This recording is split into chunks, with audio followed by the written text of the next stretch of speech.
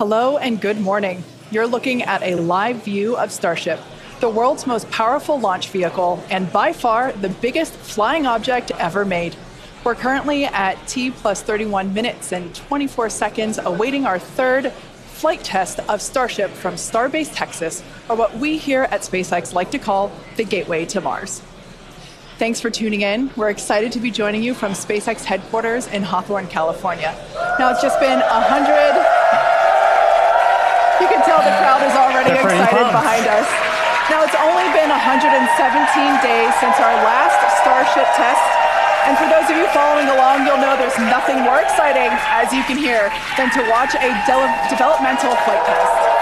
That's absolutely right. Flight test days guarantee the maximum level of excitement, as you can hear behind us. And if it all goes well, Starship will lift off just about 30 minutes from now.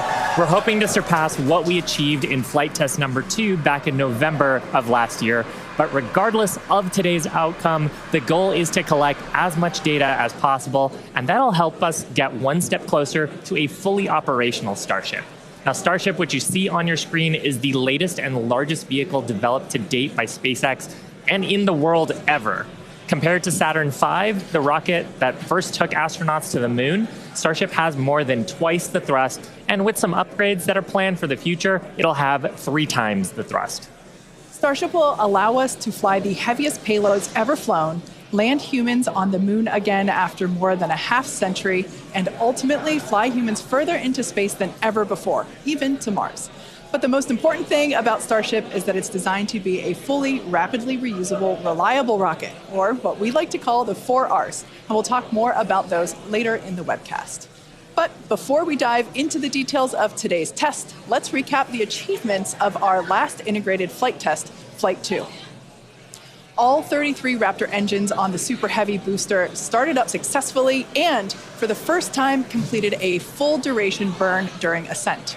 As you can see here, we saw amazing views of each Raptor engine burning during that ascent, which is something awesome because we don't get to see that with Falcon and its Merlin engines. Now, next, Starship executed a successful hot stage separation, powering down all but 3 of Super Heavy's Raptor engines and successfully igniting the 6 second stage Raptor engines before the vehicle separated. This is the first time this technique has been done successfully with a vehicle of this size and scale. Following separation, the Super Heavy booster successfully performed its flip maneuver and initiated the boost back burn. However, about 30 seconds into that burn, it experienced a rapid unscheduled disassembly, or RUD. That's SpaceX speak for an exciting end to the booster's journey. The likely cause was determined to be filter blockage, where liquid oxygen is supplied to the engines. So we've upgraded hardware inside the oxygen tank to improve filtration capabilities in our boosters, including the one that's out on the pad today. Vehicle breakup occurred more than 3.5 minutes into the flight, about 90 kilometers over the Gulf of Mexico, so well away from people. Now, on Starship, the 6 second stage Raptor engines all started successfully at separation, and everything was going normally in the ship's climb to space until about 7 minutes into the flight, when we began a planned vent of excess liquid oxygen propellant. To simulate the mass of a payload and get future-focused data, the ship was loaded with extra propellant that we needed to get rid of or vent before re-entry.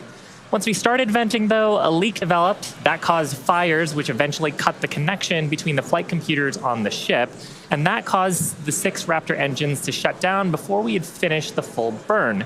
That was detected as a mission rule violation by the Autonomous Flight Safety System, which triggered the flight termination system and led to vehicle breakup. Starship's second flight test nearly completed its full duration burn. It ended at an altitude of about 150 kilometers and a velocity of 24,000 kilometers per hour, officially making it the first Starship to reach outer space. Like the booster, we've made upgrades to Starship's upper stage based on Flight 2 learning, such as improved leak reduction, fire protection, and changing the operations to increase reliability. Now, back at the launch site, the new water-cooled flame deflector and other pad upgrades performed as expected, so the pad required minimal post-launch rework. And that's a big reason why we are ready to fly again today. The ground support systems are designed for rapid turnaround of the launch pad between flights, and the improvements we've made ahead of Flight 3 are getting us closer to that goal.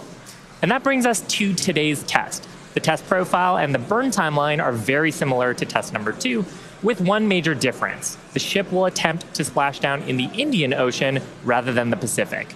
This puts us on a steeper trajectory than past flights and lets us test capabilities that we'll need for the future, like lighting a Raptor in space while maximizing public safety.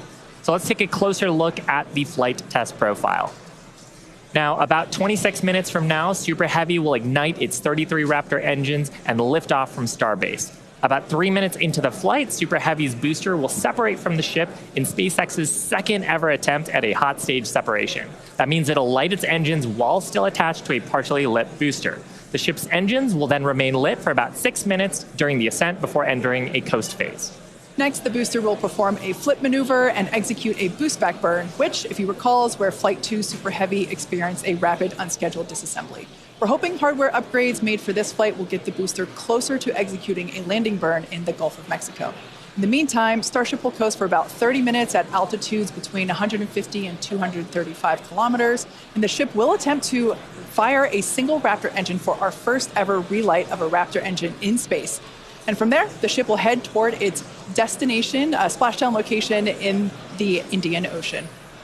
Again, if we get past a successful stage separation and a full ascent burn with the upper stage, it will be at an added altitude and trajectory below orbital, meaning Starship won't have to fire its Raptor engines for a deorbit burn, and it will naturally come back into the atmosphere no matter what. Now, meanwhile, the Super Heavy is going to attempt a landing burn before splashing down into the Gulf. And while we are going to practice a landing, we aren't planning to recover any of the hardware from Super Heavy or the ship on this flight. Now, with the exception of Falcon, this is no different from what happens with most rockets flying today that are expended or fall into the ocean after they complete their mission. Eventually, though, we will land and recover Starship boosters and ships, just as we do with Falcon 9 and Heavy boosters, where we recovered 283 to date. Starship's rapid reusability is key as we begin missions to the moon and beyond. Even though recovery is not planned, the telemetry and data we receive all the way to the end is what we're looking for, particularly with regard to the ship's temperatures during reentry and how the heat shield will perform. The data that we gather today, of course, will help us continue to build a rapidly reusable Starship for the future. Now, much like our first 2 flight tests, today also still just a test. Our goal is to gather data to continue iterating and ultimately improve Starship. That's exactly right. The primary goal for Flight 1 was to clear the pad, and we did that and got a lot of great data that helped us improve the vehicle and the pad infrastructure that you see today. The primary goal of Flight 2 was to get all the way to stage separation, which we did, and even got a little extra. For Flight 3, we've added some ambitious tests highlighted by an attempt to transfer several tons of propellant between the tanks inside Starship itself, as well as the first ever relight of a Raptor engine in space and the opening and closing of Starship's payload door. When Starship takes astronauts to the lunar surface as part of NASA's Artemis program, it will be refilled in space by a Starship tanker spacecraft before boosting itself into a lunar orbit, like you see here. Transferring a large amount of cryogenic liquid in space has never been done by anyone, ever. So we'll be looking to get data on some of the fundamental physics in play here, like managing pressures, temperatures, propellant settling, all as we prepare for eventual ship-to-ship transfers. The ability to refill Starships once in orbit will be critical for landing on the moon and is a key technology for enabling deep space exploration and ultimately flights to Mars. Now, we're also attempting the first ever relight of a Raptor engine in space, and we'll need that capability for future in-space maneuvers and deorbit burns. It's important to note that what we'll attempt today is not a burn required for Starship to re-enter on today's test. We are intentionally flying this new steeper trajectory so we can test things like engine relights without substantially changing where we expect to splash down. And if Starship manages to make it all the way to re-entry, we will collect valuable data on the vehicle as it flies through the Earth's atmosphere at hypersonic speeds, or more than 5 times the speed of sound. We expect it'll look something like this animation on your screen with the heat shield tiles facing down. We'll use the Earth's atmosphere to brake the vehicle and then get us into a controllable regime as we go towards splashdown. Now, we did validate Starship's ability to fly and land at subsonic speeds during our suborbital flights several years ago. And gathering data on the aspects like heating and vehicle control while we're traveling way faster will become critical to eventually bringing Starships back from space for rapid reuse. We'll also attempt to open and close Starship's payload door for the very first time, a capability that we'll need when Starship starts flying our next generation Starlink satellites. And there you can see an animation of what that will look like as the satellites are deployed one by one through a slot near the top of the spacecraft. So at this point in time, we are approaching T-minus 21 minutes until liftoff. Let's check in with Dan for a countdown update.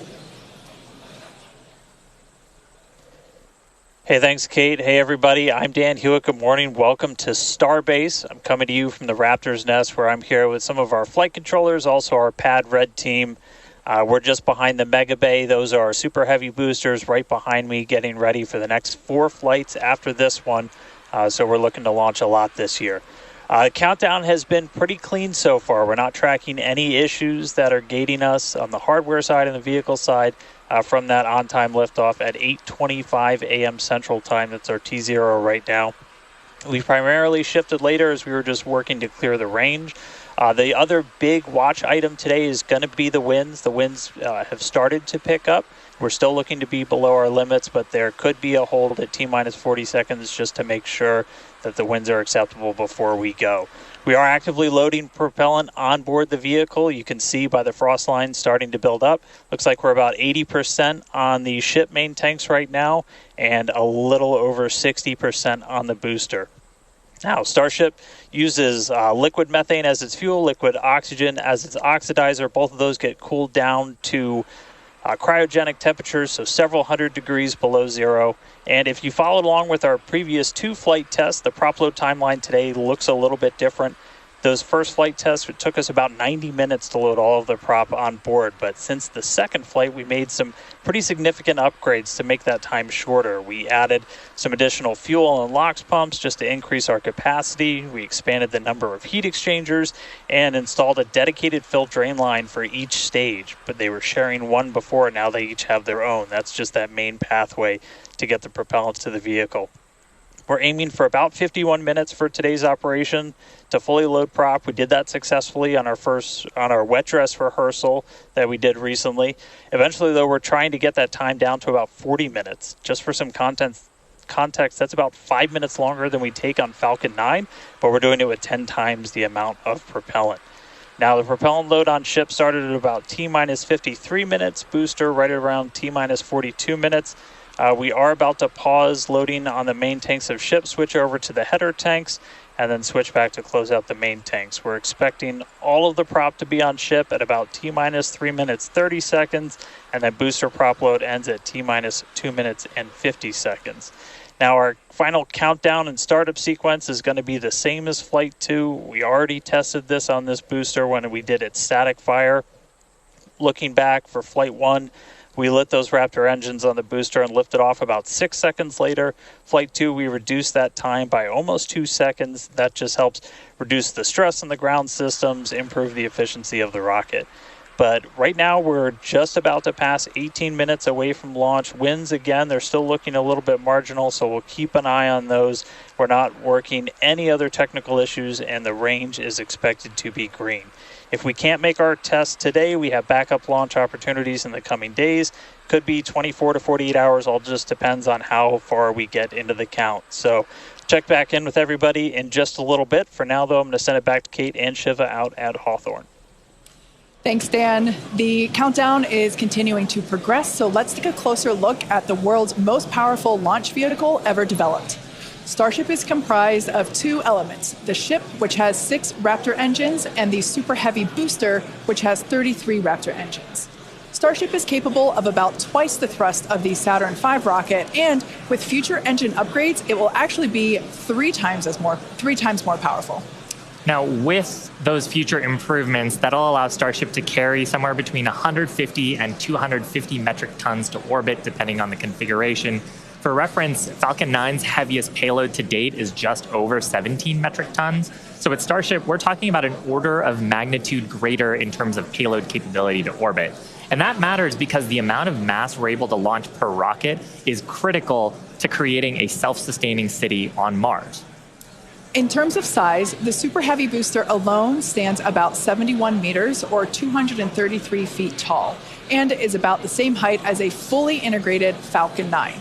The ship stands about 50 meters or 160 feet tall. Stacked together, the booster and the ship are by far taller than the Statue of Liberty, which stands at 305 feet tall with its base. Stacked together, Starship is 396 feet, so quite a bit taller there. Now, Starship's first stage has a diameter that's about 2.5 times that of Falcon 9, and we've got those 33 much larger Raptor engines, this great view of the launch mount looking up at those engines, and we need them to power through the Earth's atmosphere and gravity to deliver those massive cargo and payloads up to space. Moving up the rocket, Starship is designed for vertical takeoff and landing on any hard surface, and that's as opposed to taking off and landing on a runway as aircraft do. And that's important because there are no runways on the Moon and Mars where we're going.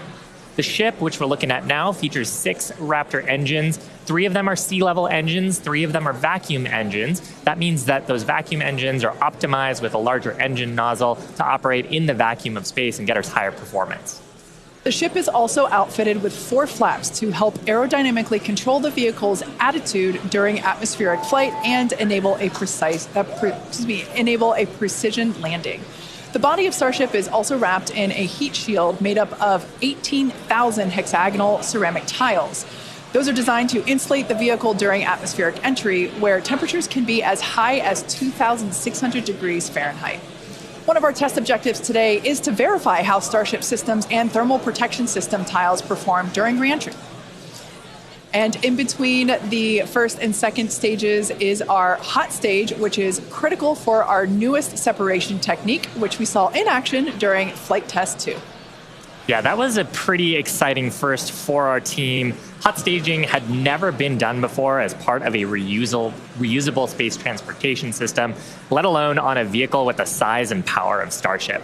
Now, at about liftoff plus 2.5 minutes, the booster shut down most of its 33 engines, leaving just 3 of them running, and then the ship simultaneously ignited all 6 of its engines. Some clamps separated, and the ship thrusted away.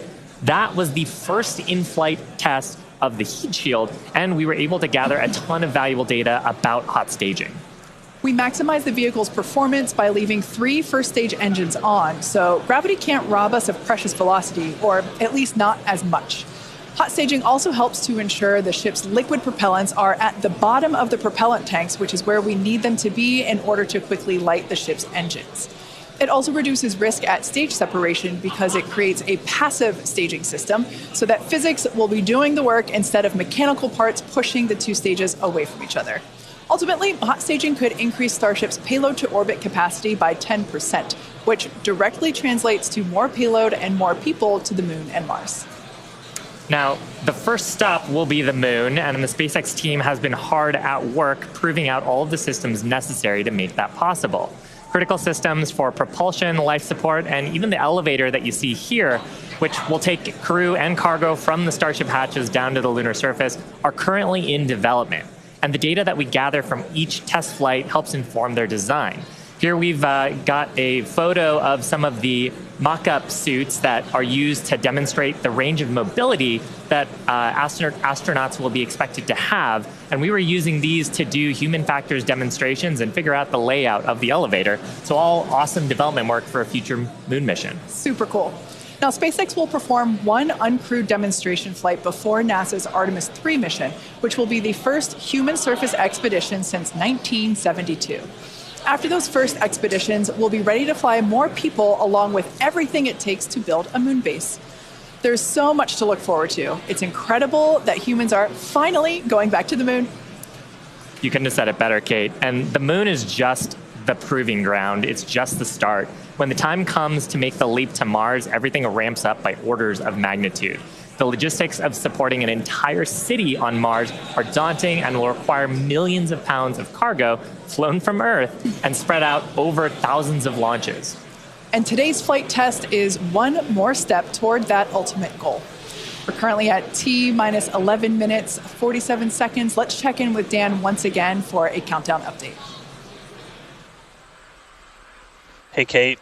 Still good news from down here at Starbase. We're not tracking any technical issues that are going to block us to a launch. Our T0 time still holding to 8:25 a.m. Central, so just about 11 and a half minutes from now.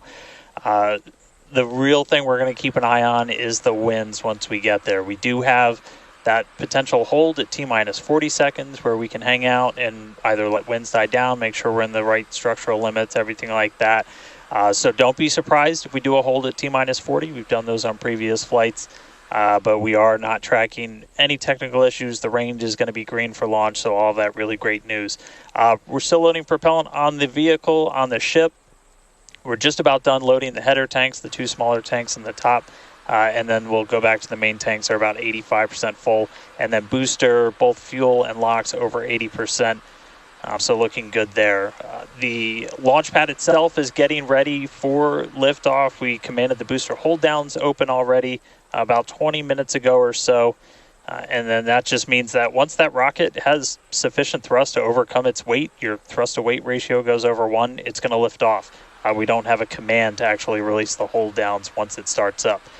Just also a reminder, actual liftoff happens a few seconds after you see those engines ignite. So you'll see fire, and then a few seconds before Starship really starts to take to the skies. Our range team just going to keep on making sure land, sea, air are all clear as we really count down. But that's the latest. We're just coming up on 10 minutes before launch. Everything looking good for Starship's third test flight. It's also back to you guys in Hawthorne. Great, thanks, Dan. Now, if you've been following SpaceX over the years, you've no doubt heard us talk about our goal of full and rapid reusability.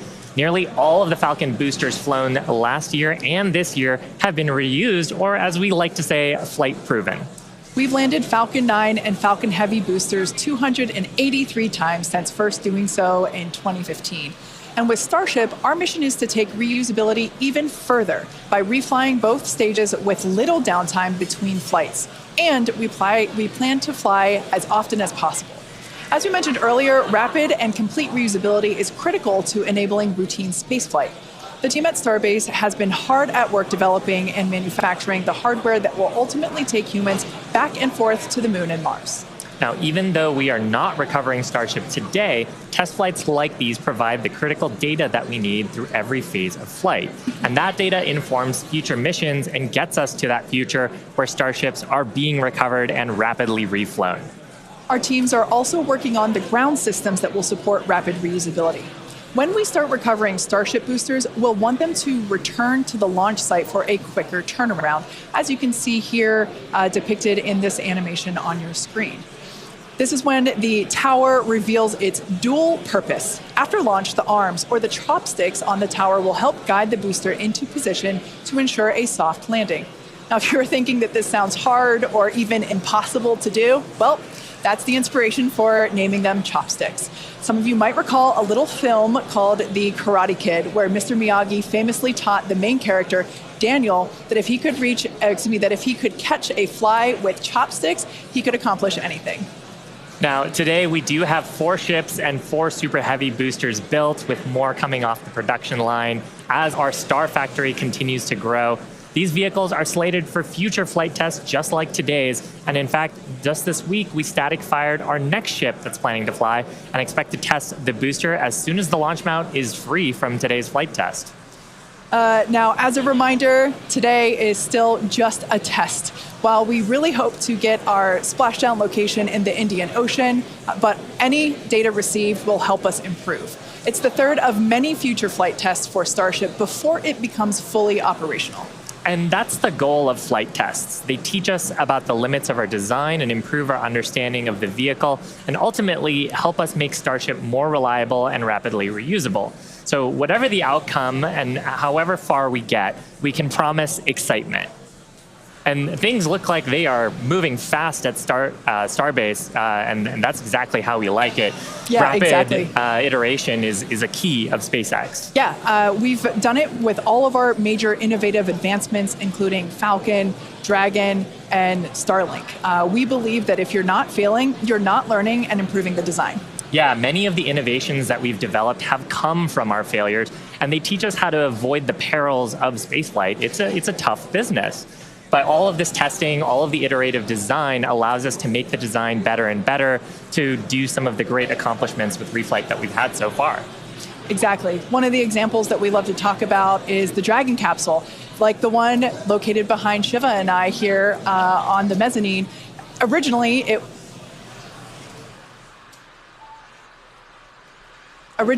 was not designed to be reusable. We wanted to prove the initial design, and then when we brought Dragon 2 online, we had to do a lot of corrosion analysis based on flights that had splashed down and analysis on hardware received there.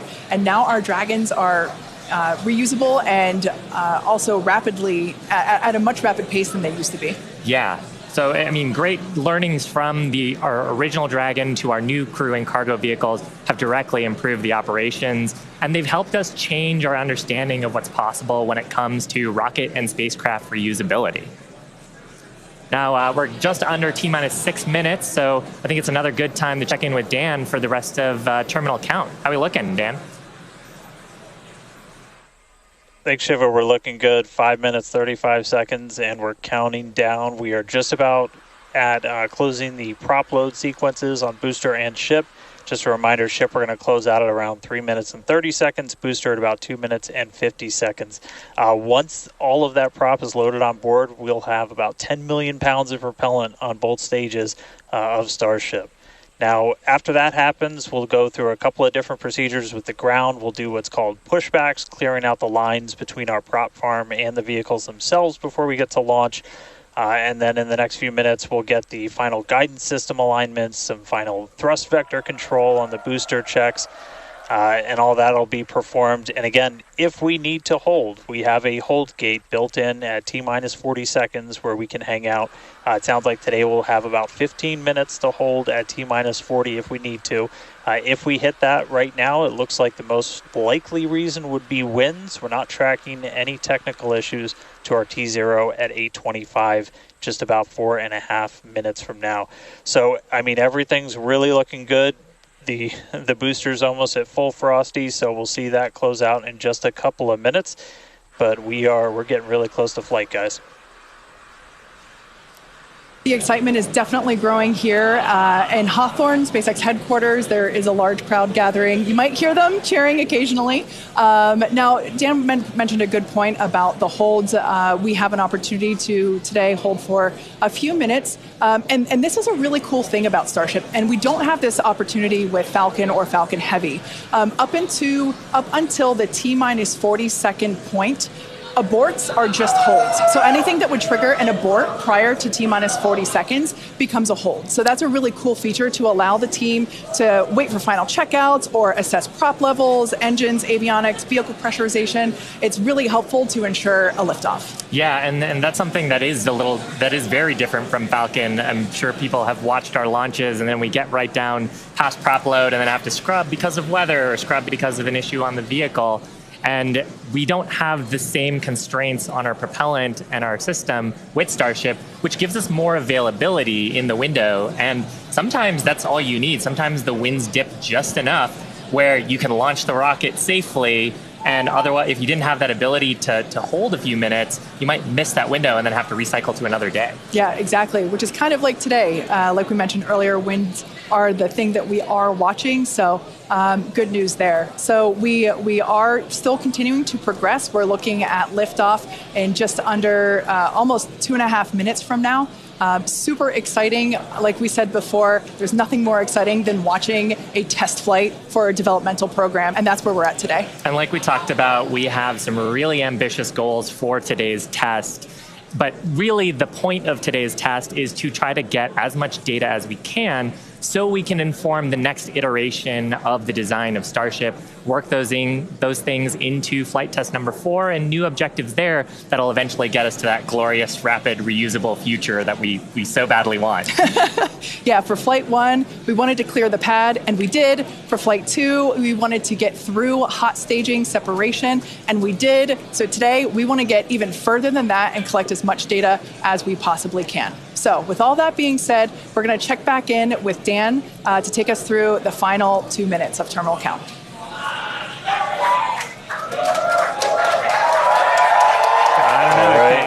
We are under 2 minutes away.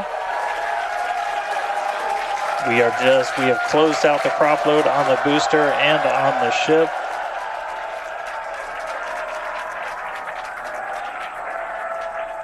And we're starting to hear some good news that it looks like winds are not going to hold us up, so there's a good chance we blow right through that 40-second hold. So we're about 1 minute and 20 seconds away. Just walking you through one last time, we're going to see the engines ignite about 4 seconds before we hit our T0. They're going to ignite in 3 different banks. You'll get 13 of the inners, 15 of the outers, and then the last 5 ignite just 2 minutes before T0. And then after that, the quick disconnect will retract. The engines will start to throttle up, and then we'll see liftoff about 1.5 seconds after T0. So we're under 1 minute away. Don't be shocked if we hold at 40 seconds before, but it sounds like the winds are cooperating today. And we'll be able to move right past that, not tracking any other technical issues that could hold us. Proceeding past our QD vent gate.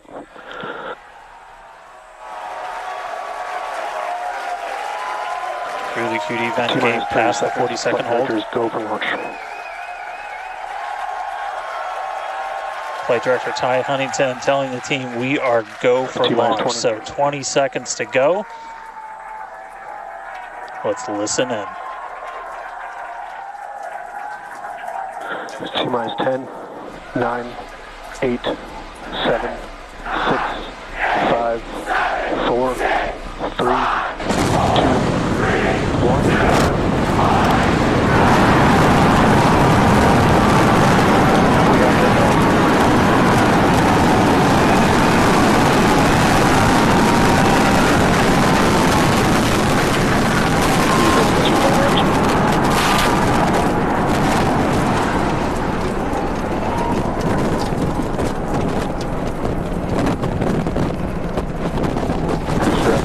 Nominal.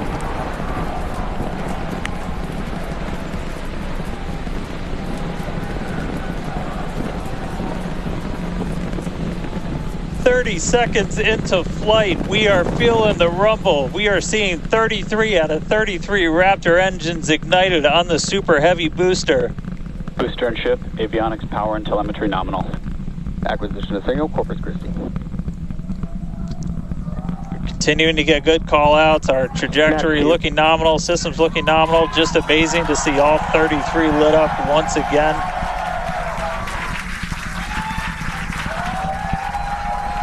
At this point, we've already passed through max Q, that maximum dynamic pressure, and passing supersonic, so we're now moving faster than the speed of sound, getting those onboard views from the ship cameras.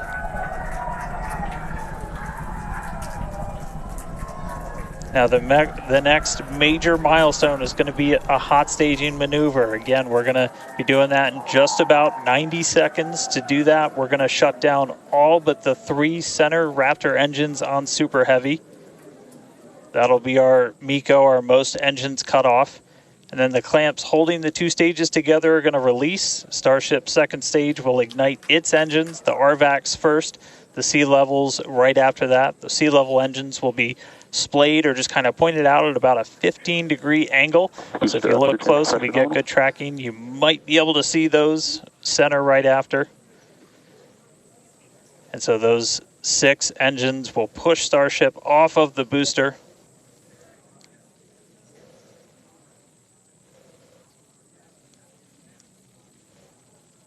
All right, counting down now. We're going to be coming up right at around the 3-minute mark on that hot staging maneuver. Again, we'll see the booster engines start to shut down. You'll see all but 3 lights go out in the middle. And then we'll see the engines ignite on ship, pushing it away. And that will start carrying the ship into space. Booster will start to do its flip and then move into the boost back burn, setting it up for eventual splashdown in the Gulf of Mexico. Stage separation.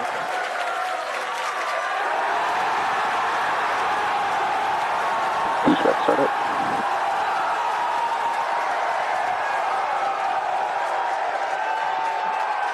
Hot staging confirmed.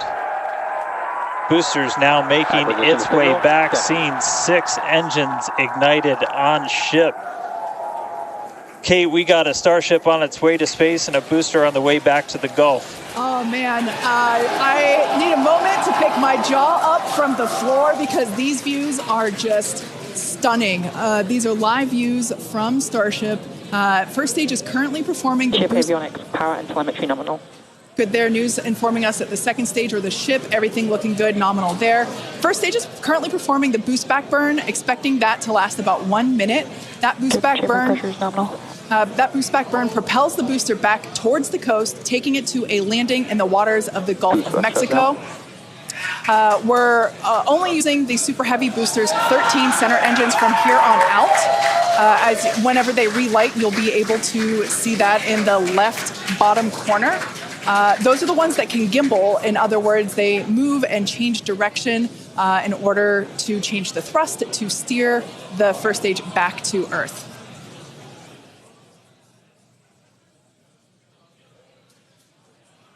Wow, these are just incredible views coming to us.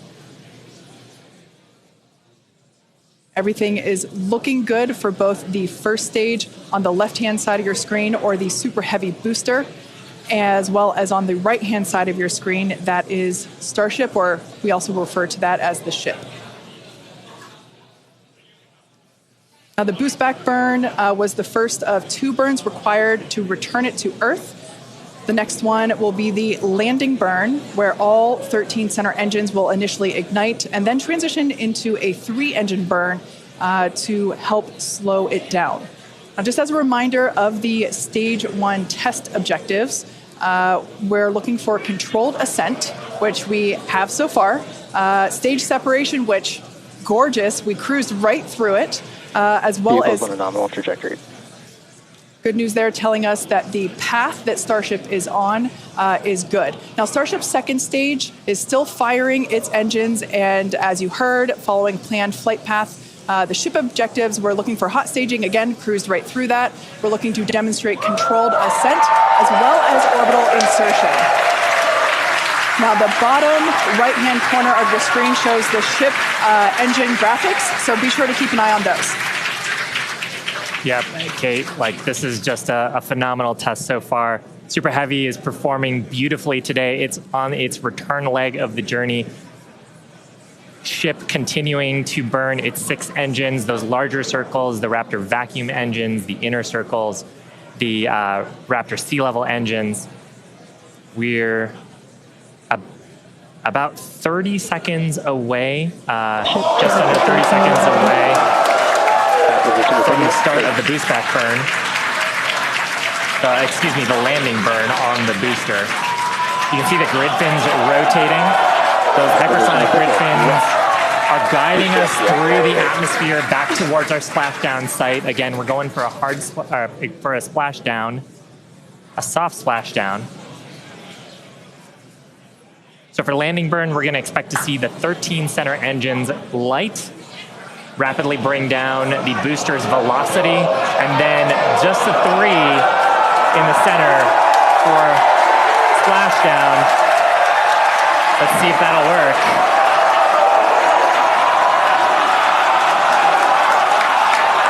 We're getting a few engines.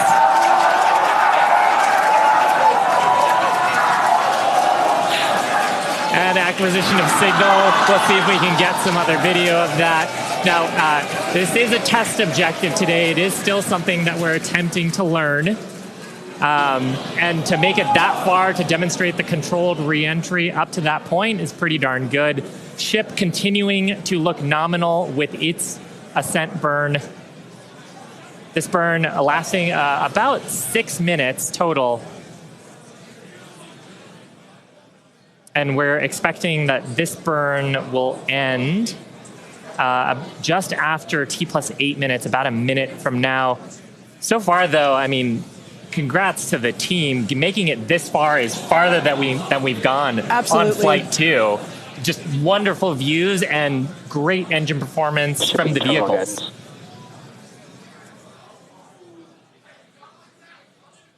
So far, we've hit controlled ascent. We're in the middle of that right now. We demonstrated the hot staging. Kate, as you said, cruised through that. We demonstrated controlled entry of the booster. Just stopped a little short of the engine relight, but hey, that's something we can learn for the next one. Yeah. Now, that view that we just had moments ago was a live shot of Star Command. There you see it again. This is our Mission Control Center at Starbase, where vehicle operators are standing by. Now, the next milestone coming up is in less than a minute. At that point, ship will, or I'm sorry, actually it already has. Starship engine cut off. There we go.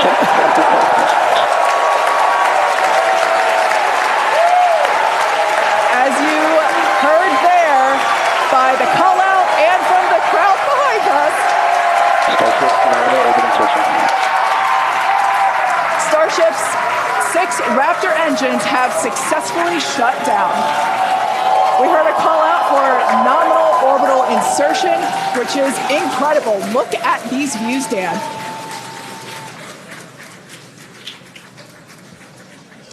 I'm just completely blown away right now. What a day. Congratulations to the entire SpaceX team. I mean, this flight pretty much just started, but we're farther than we've ever been before. We've got a Starship not just in space, but on its coast phase into space. Just to recap where we've come, and it's only been 9.5 minutes. How has it only been 9.5 minutes? We lifted off right on time at 8:25 a.m. We didn't have to hold at our gate at all. We had 33 out of 33 Raptor engines open up and light and get us through a nominal ascent. Another successful hot stage. All 6 engines on the ship propelling us into orbit. We did see what looked like a nominal boost back burn. And then we did make it all the way to the landing burn this time. Didn't light all the engines that we expected, and we did lose the booster. We'll have to go through the data to figure out exactly what happened, obviously. So be on the lookout for information about that. But wow, a ship in space. We've got a bunch of, as we said, ambitious objectives ahead of us. Over the next couple of minutes and pretty much over the next hour, where we're going to we've got the ship in space. We're now going to take advantage of this and try and learn as much as possible about some of the other systems, including that first ever Raptor relight in space. So it's just going to be incredible. So all of that still to come. The mission just started, but wow, what a liftoff! What a hot stage! What an amazing sight to see Starship there in outer space. I can't believe we're seeing it in space. This is awesome. Wonderful. Now, we are going to be coasting for the next about 30 minutes or so. We'll be back around the T plus 40 minute mark.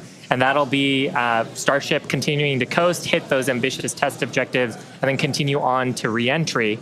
We're not totally sure what video that we'll get, since that normally comes to us as we overfly ground stations, and we don't have a ton of those along our trajectory. But as we have video, we'll be sure to bring that to you. Starlink may be able to bring us additional communication paths today that will allow us to talk to Starship through re-entry with no communications blackout period. It's a possibility, but either way, we will be live for all of today's milestones. And of course, when we do have views, signal, Puerto Rico. especially like the ones that we have now, which I just cannot get over. When we have views, we will be sure to bring those to you live. But no views or no views, we'll see you back here at T plus 40 minutes. Pez door is opening. And there we just heard call it that Pez door is opening, so that's great. First test. Yeah. One of our test objectives today is to open and close that Pez door. That's where we will deploy Starlink satellites from in the future. So great news there that test that test objective is already underway. So come back here, stick around till T plus 40 minutes for coverage of Starship's deorbit burn demonstration, followed by its reentry and what is sure to be an exciting splashdown.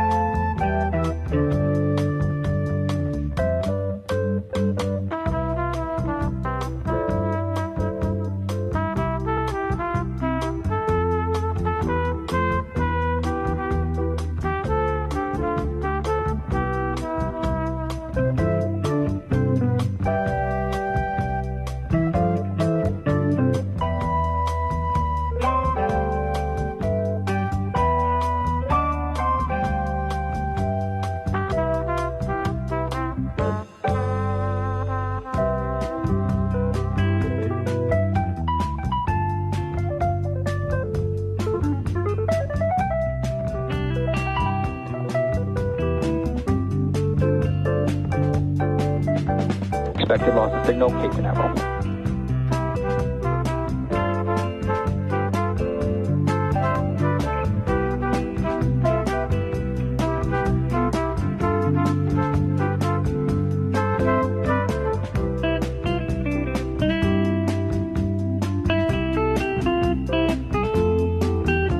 Test trigger.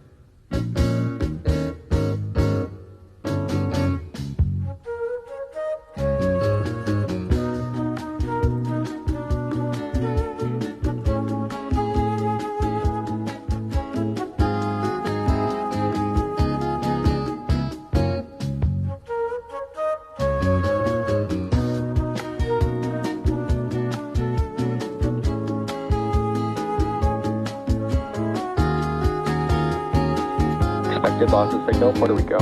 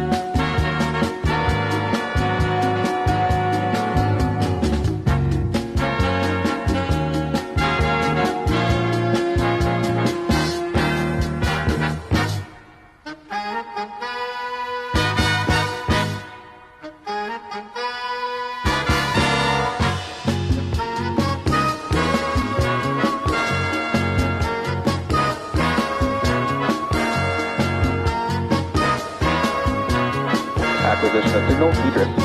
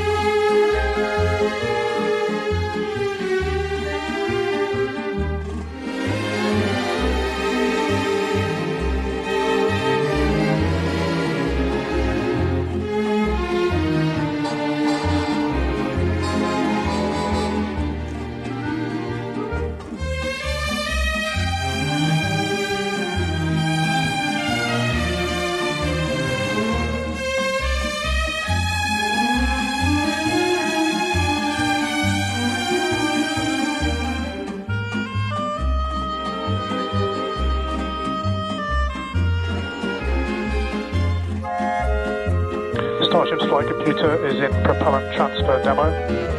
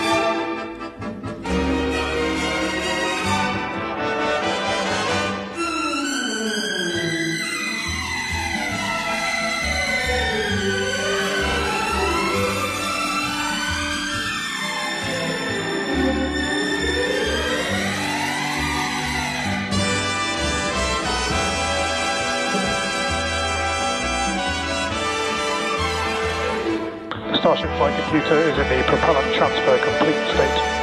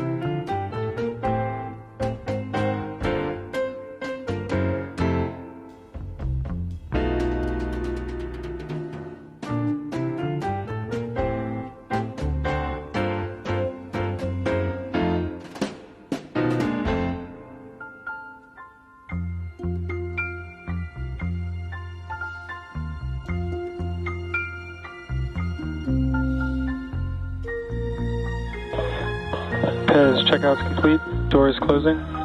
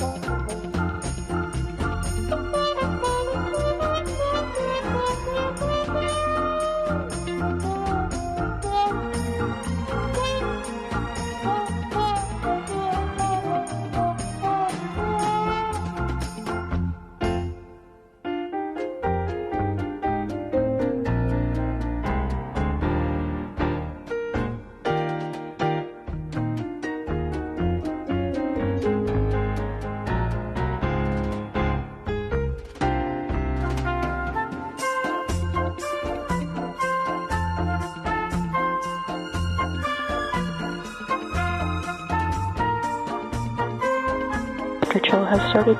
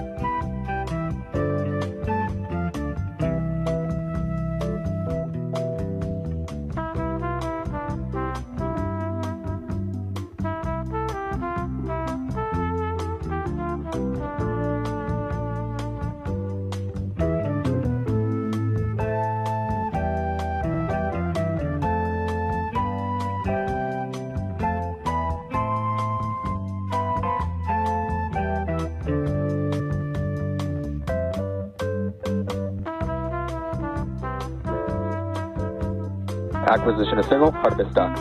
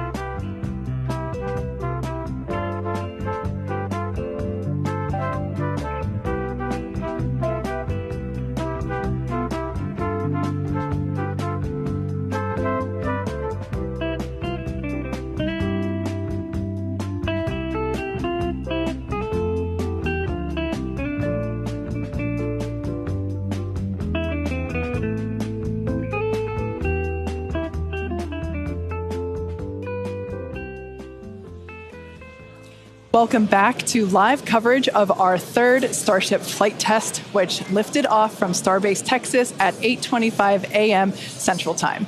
Our main objective today was to get through all of our ascent burns and collect as much data as possible, including a potential Starship entry. And we just came out of a coast phase and were treated to a number of HD views thanks to Starlink, including the PEZ door open-close test. So that was one of our test objectives today that we met. So that's awesome. It has been such a great day. It has been a phenomenal test day. Just to see booster lifting a Starship to ascent, ship completing its ascent. Just a wonderful day. Kind of to recap the objectives a little bit. Booster completed its ascent, ignited its 33 Raptor engines. We demonstrated a successful hot staging for the second time. Booster completed the boost back burn, didn't quite accomplish the landing burn, and then had a hard splashdown in the Gulf. Meanwhile, ship completely successful after the hot staging. We had a good 6-engine burn of the Raptor vacuum engines and sea level engines. And then we've commanded a number of demonstrations, including the Starlink satellite deploy demo, so the payload door, as well as a prop transfer demonstration. We do still need to do some data review on those. So as we get that data back, we'll be sure to update you on social for how those tests went. We are coming up on our next major milestones, which is an in-space relight of our Raptor engine for the first time, followed by re-entry and then landing in the Indian Ocean. Incredible. Yeah, that's right, guys. We should be just about 40 seconds away, 40 or 50 seconds away if we do this relight demo. Do want to stress this is not a deorbit burn. In fact, it's actually going to function a little bit opposite of a deorbit burn. We're going to be raising our perigee with this burn for the lowest point of our orbit. This is just to demonstrate that we can relight a Raptor engine on ship while it's gone through a coast, while it's in outer space, while it's in microgravity, all of the different complexities that come with lighting this engine again after it's already done an ascent burn, but you're now coasting through space. This is going to be really important anytime we want to do in-space maneuvers in the future, like eventual deorbit burns, any of our translunar injections that'll have Raptor engines firing back up. We may not do it. There is all of the guidance is loaded into Starship's computer itself. So if it doesn't see the values that it needs to, we could just skip the burn. So we are waiting to find out if that's going to happen or not. If it doesn't, as we said in the beginning, we're on a pretty steep trajectory that we are coming home no matter what, regardless of doing a burn. This was done just so we can we're in a trajectory that's really not super susceptible to delta V changes in velocity. If we were to do a burn, we've got a pretty concise footprint in the Indian Ocean that we're going to be targeting for splashdown today. It does sound like we are skipping past the on-orbit relight demo this time. Again, we'll confirm all of this through our post-flight data review, but it did sound like we did pass through that burn. So now that's going to start setting us up for re-entry. Yeah, that's exactly right. So coming up next around T plus 49 minutes is Starship re-entry.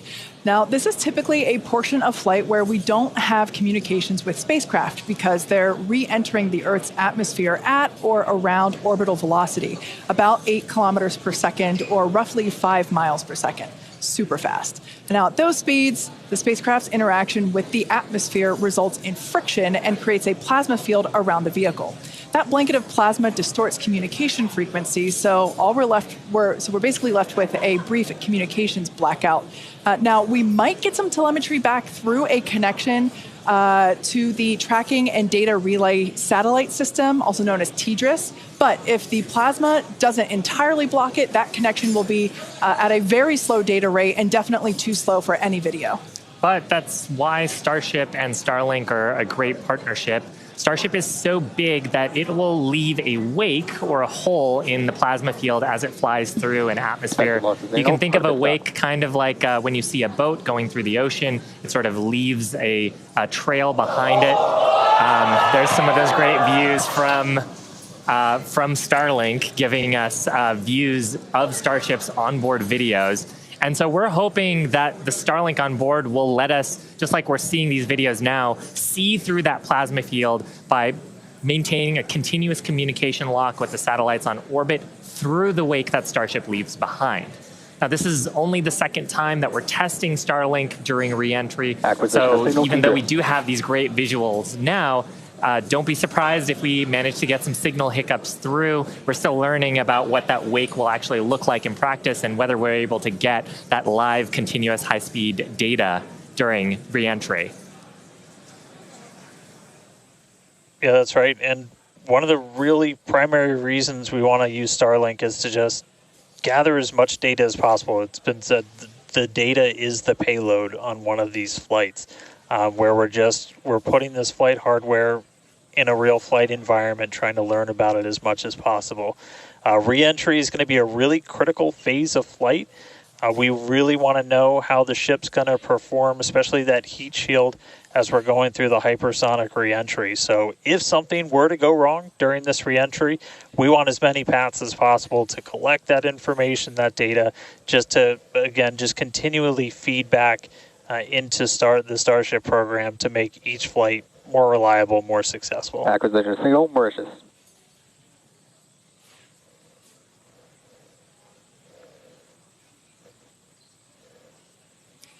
Now, if Starship manages to make it all the way through re-entry, we'll collect valuable data on Starship flying through the Earth's atmosphere at hypersonic speeds, meaning more than 5, or at this point, will be more than 5 times the speed of sound.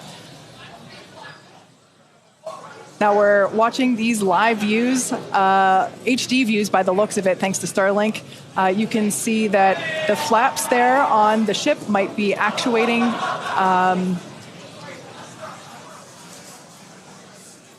Certainly some incredible visions of planet Earth behind Starship. Now, we've already validated Starship's ability to fly and land at subsonic speeds. You might recall those suborbital flights from a few years ago, and we can see those flaps there. So getting data on aspects like heating and control while traveling way faster than we did before is going to be critical to eventually bringing Starships back from space for rapid reuse. So I mentioned those flaps. That's one of the things that enables Starship to help control itself and survive the heat of reentry, which, like we said before, we're expecting that reentry to occur around T plus 49 minutes. So we're getting pretty close here. And what you're seeing here, it looks like the vehicle is sort of moving back and forth. Part of what you're also seeing is one of the cameras, this onboard view that we have, is on the end of a flap. Starship has front flaps and rear flaps in the vehicle. So we've got 4 of those. And, oh man, we can see the heating on those flaps as we're starting to re-enter the Earth's atmosphere. This is where the Earth's atmosphere is doing the work to slow us down. Now, like we said, this plasma field is, what a view. We hope to maintain these views throughout. Starship is so big that we're hoping that the plasma field doesn't entirely blanket the entire vehicle. Right now, it is not. The Starlinks are Views still... brought to you by Starlink. Yeah, the Starlinks are still communicating and still capturing the data and the video that we see here. I mean, Shiva, this is just absolutely incredible views. We've never seen anything like this before. This is the biggest flying object ever in space. Absolutely, Kate. And it's important to note, with the ascent burn that we did was to get us to orbital velocities, even though we were on a nearly orbital trajectory. So the heating and the loads that Starship is going through right now are what it would be getting if it were recovering from an orbital mission. And just the fact that we have views through entry, this is incredible. Yeah. Again, this is the furthest and fastest that Starship has ever flown. And you can definitely tell by the crowd here in Hawthorne. The heat shield tiles doing their work. We talked about it earlier. Up to 2,600 degrees Fahrenheit that those heat shield tiles are dissipating as we are re-entering. Yeah, now this was one of the critical, or rather the key mission objectives that we were hoping to hit today. We have never, like I said before, this is the fastest and furthest that Starship has ever flown. So this is the first time that we're getting to collect this re-entry data and understand how these 18,000 hexagonal heat shield tiles are working together to protect the belly of Starship as it re-enters the Earth's atmosphere. Once again, the atmosphere is doing us a big favor here by... 80 kilometers altitude. The atmosphere is actually doing us a huge favor here by acting as a braking system for Starship as it re-enters the atmosphere. And that's part of the reason why the flaps are so important. We're using the body of Starship and the drag from the atmosphere to slow us down from orbital speed, but you want the vehicle to remain stable. You want those heat shield tiles pointed down so they can absorb the heat of the Earth's atmosphere. And so that's the purpose that they are serving during the hypersonic phase and then again during the subsonic phase. Absolutely. So like we said, these views are being provided by a couple Starlink terminals that are positioned on Starship itself. As that plasma builds, we're hoping that we can bring these views back to you, but you can see the telemetry there on the right-hand side of your screen. If you watch closely, you can see the speed decelerating. Again, that's the friction of the atmosphere resulting in this plasma field, or excuse me, the blanket that is potentially blocking the Starlink terminals right now. So we'll bring those views back to you if we get them. But right now, for those of you that have recently joined, Starship is currently re-entering Earth's atmosphere. This is super exciting because it's the furthest and fastest that Starship has ever flown. It's just absolutely incredible. Major test milestone, something we wanted to accomplish on Flight 2, getting to it today. So just awesome. Now, we actually have some heat shields here. So these are what's doing all the work on Starship right now. There are 18,000 hexagonal heat shields like these. So this one that I have is flat, like this is what would be positioned on the flaps of Starship, whereas Shiva has something a little different. Yeah, the one I have would be on the curved surfaces of Starship. I'll just put it in frame here. So we've got these attached at various points around the vehicle. Like you said, Kate, 18,000 of these tiles around, and they're doing the work to make sure that the structure of the vehicle doesn't carry all that thermal load so we can recover the vehicles eventually and get to rapid reuse on them. They're really lightweight. They sound a little different than I would have expected them to, but they are ceramic. And these are what's helping Starship survive through this period of entry. We're not sure how far we're going to make it. Again, this is the furthest that we've gotten in our test flight, but the further we fly, the more data that we can get, and that's ultimately the measure of success here, which, I mean, I think today has been a huge success given where we've gone and how much further we've gotten with both the booster and Starship itself. And one of the beautiful things about Starlink on board the vehicle, we were getting that high-speed video. High-speed video is a very high data rate, and usually video comes after you get your telemetry. So hopefully we were able to get some wonderful data throughout the entry period, which is normally something we have to wait for. until after splashdown when we get that data off the data recorders. Yeah.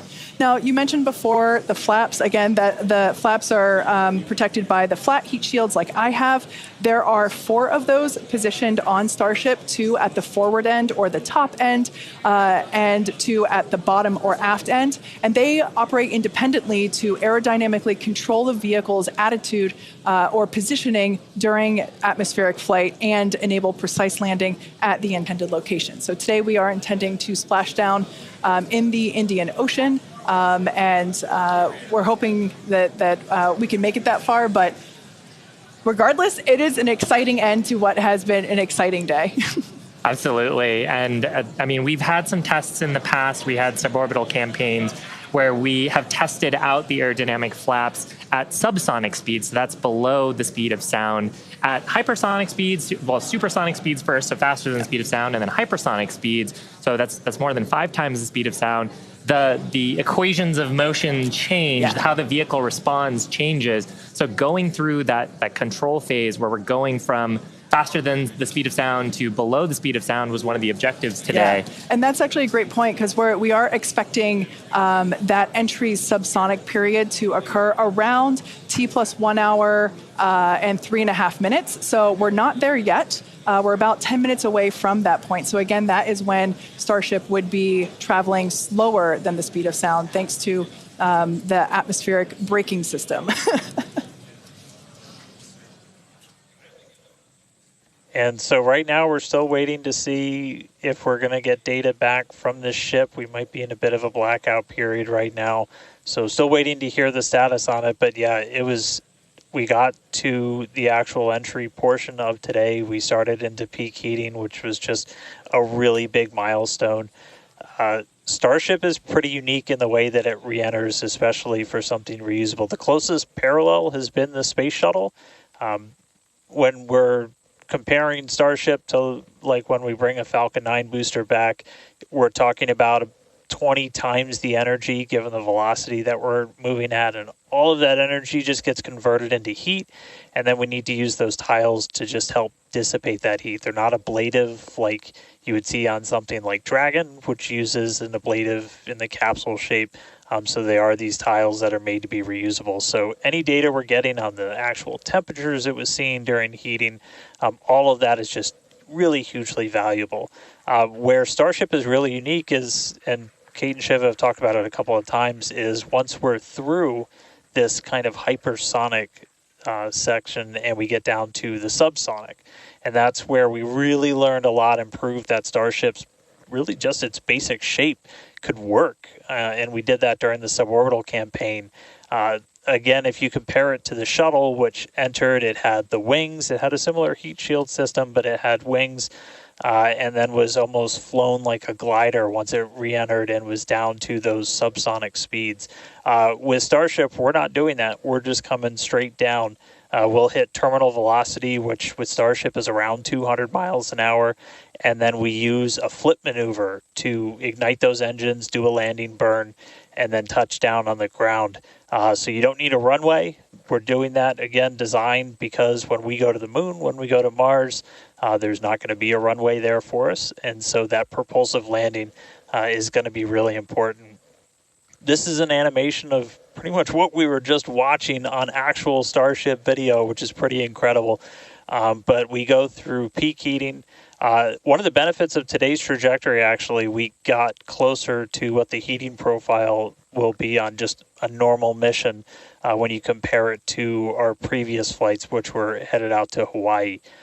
So we go through peak heating, and then we hit subsonic, and then Starship splashes down in the ocean. Again, we're not doing a landing burn on this flight, and we're not expecting Starship to survive the impact. We're not going to be recovering any of the hardware. For now, though, we are just still waiting to see if we're going to get some signal back. We're currently at a loss of signal with Starship. Don't know for sure what its status is, and so we're just continuing to listen in. But it was pretty incredible seeing the flaps really do their thing to maneuver the vehicle as it's moving through hypersonic. One of the big trade-offs between something like Shuttle and Starship is wings can be pretty heavy.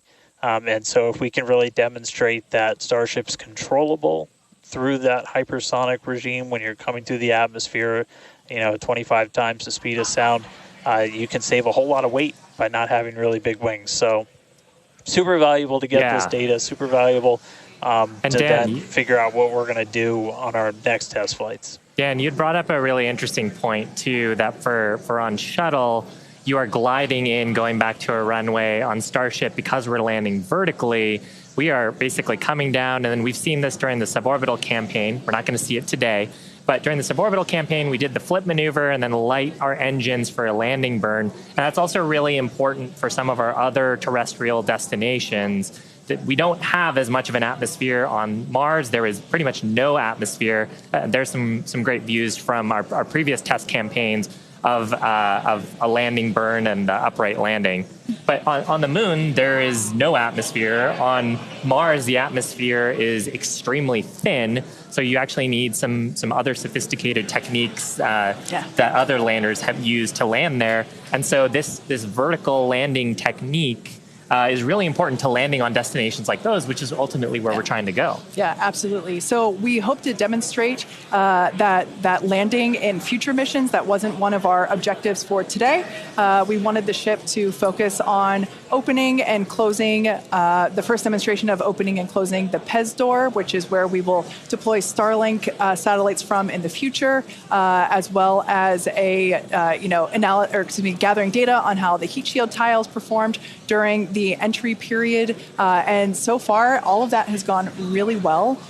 So overall, it's been pretty great. And it's great to see how those initial tests that we performed a couple years ago for those high altitude tests allow us to see what those will look like in the future. But this piece that we're doing today of, okay, if we are coming back from orbital velocity and we're going through that entry period, that is the missing piece, right? We already figured out how to land once the ship gets to a certain velocity or altitude, and it's really this piece that we were trying to figure out today. How do we get Starship to survive orbital velocity atmospheric entry? And we hope to find out soon. Yeah, I mean, we talked about rapid iteration and how we do design. Part of our philosophy is testing early and often and trying to test in a way that is as flight-like as possible.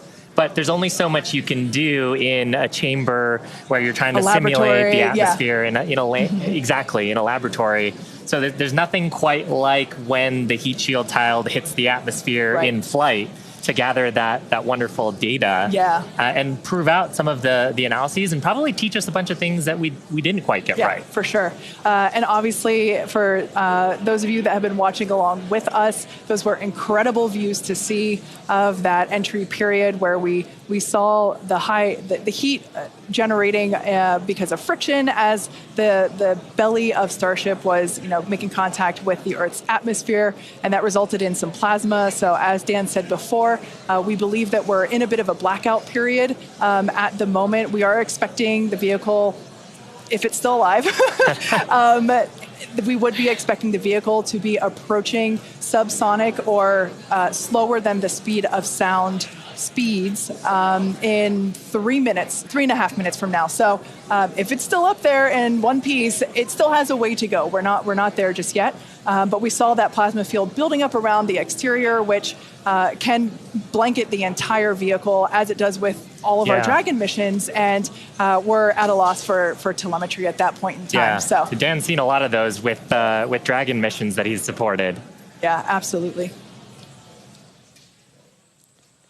And we are hearing through some of the telemetry that we did. It did look like we lost Starlink and our TDRS data flow at the exact same time. Now, if both of those signals are cutting out at the exact same time, that could mean we lost the ship. It has been several minutes since we've gotten any data from Starship. We are waiting just a couple more minutes just to see if we can get any additional confirmation, but that is one data point that we're tracking, and that could indicate that we had a loss or a breakup of the ship during that reentry. So might not make it all the way to splashdown today, but we were able to get through the early phases of reentry, hit some of that peak heating, which was just really incredible to see a Starship coming back from space after getting all those views from space for the very first time. So we'll just keep on listening in on the loops here, see if we hear anything over the next couple of minutes, and that might bring a close to a pretty successful day so far. So again, we did lose the TDRS. That's the tracking and data relay satellite. That's the satellite system that pretty much every spacecraft operating in orbit right now will use to get data. We were able to get some signal through that, and then we were also getting data back through Starlink. Live view here of mission control down at Starbase. So these are all the folks who are experts on the various different systems, taking a look at the live data that we did have. Probably in mission mode still, Yeah, but absolutely. It would be so tough to stay focused with what an exciting day we've had today. Yeah, to quote Monty Python, I'm not dead yet. We don't know, as Dan said. We did lose connection with TDRS, which is the tracking and data relay satellite system, and Starlink at the same time. So it is a realistic possibility that we lost Starship, which honestly was always on the table. We didn't know how far it was going to get. The further we could fly and the more data we could collect was always the biggest win. And so regardless of, if we did lose the vehicle and we are not able to, make it all the way to our intended splashdown, note that we weren't intending to recover this vehicle, either vehicle, the Super Heavy booster nor the Starship. We weren't intending to recover either of them. They were both going to basically hit at terminal velocity and break up upon contact with the surface of the ocean. So we're standing by to hear whether or not we are going to be able to get telemetry readings back, but we are possibly anticipating news that we lost Starship due to basically a double blackout from TDRS and Starship data at the same time. But it's worth mentioning, this is the first time that we have come back at these speeds Absolutely. in any of the test flights that we've done so far with Starship. So we are trying to prove out that the heat shield works as intended, that the controllability at those hypersonic speeds works as intended. So if we were able to get back any data on that, that means the next version, what happens on flight 4, 5, 6, is going to be better. We must be able to get some because we saw incredibly gorgeous high definition views of that entry period whenever it was initially starting. So we must have gotten some data today there. has been otherwise a phenomenal day. Incredible. Liftoff on time, full ignition of all of the boosters, engines, successful hot staging, and then ship took it from there. Yeah, absolutely. We were able to see the ship actually make it further as well as the booster. We were hoping that the booster would perform a soft water landing, but we lost it during just before it was able to ignite the landing burn. But the ship continued on. We saw all six Raptor engines on the ship ignite and then shut down for second engine cutoff. And we saw some amazing views as well, and it's just been certainly a day that I will be taking many screenshots and using them as my computer desktop background for, until the next Starship launch. When we get even better views, I'm sure. Exactly. And we also hit a number of our other ambitious test objectives. We had a chance to at least initiate the commands for a propellant transfer demo within the vehicle. This is something that Starship's going to have to do in the future, and these sort of transfers haven't been done at this scale before, so that's a first as well. We also were able to demonstrate that the payload door functions.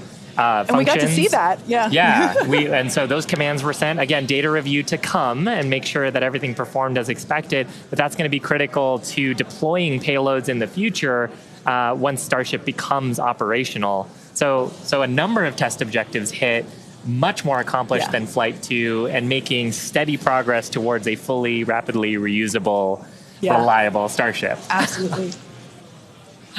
And hey, Kate, and hey, Shiva, we were just hearing on the loops, we are making the call now that we have lost Ship 28. So as we were possibly expecting, we lost the data a couple of minutes ago. We haven't heard from the ship up until this point, and so the team has made the call that ship has been lost. So no splashdown today, but again, just it's incredible to see how much further we got this time around.